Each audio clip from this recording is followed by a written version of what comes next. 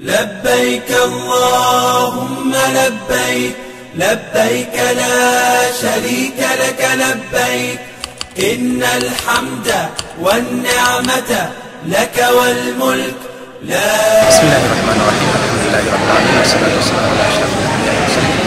Tunabudi kumshukuru Allah tabaraka wa taala ambaye ametuwezesha kwa namna moja au nyingine kutekeleza ibada ya hija katika mwaka huu wa 2025, na leo hii tarehe 16 tumewasili hapa kutoka katika mji mtukufu wa Madina, Saudi Arabia, baada ya kutekeleza ibada ya hija. Walillahi alhamdulillah, kwa jumla mahujaji wetu wa taasisi Al-Haramain wako vizuri na mahujaji wengine ambao walitekeleza ibada hii. Alhamdulillah, tumefika salama leo kwa pamoja, na tunamshukuru Allah katika hili hatua kwa hatua.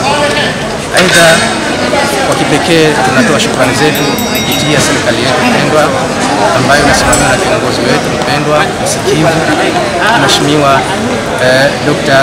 Alhaj Ali Hassan Mwinyi, ambaye yeye ndiye pekee aliyesimama kama nafasi yake ya uongozi na kuweza kusimamia majukumu haya, hatimaye yakaweza kutekeleza ipasavyo.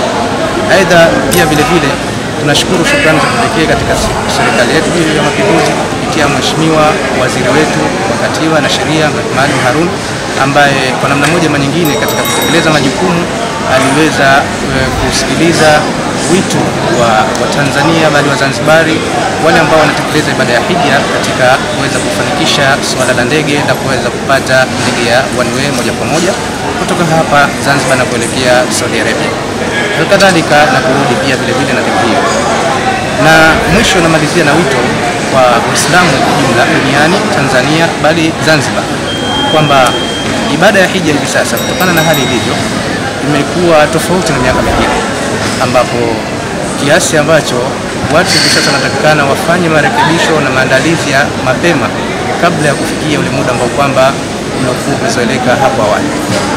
Hivyo basi kila Muislamu ambaye kwamba Allah alimjalia na kumwafikisha kwa namna moja ama nyingine kutaka kuitekeleza ibada hii ya hija, basi tunamshajihisha na kumhusia kwamba aweze kupeleka taarifa mapema na aandikishe, ili afanye malipo mapema na hatimaye hatua nyingine ziendelee na kuepusha usumbufu ambao utajitokeza hapo baadaye.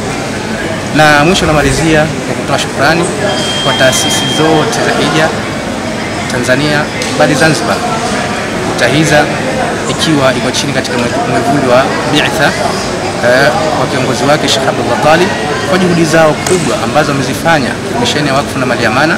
Allah alipe kila la kheri. Kwa kweli hatuna cha kuwalipa isipokuwa tukuombea dua, na Allah atafungulia na atajalia katika mema ya hasanati yao.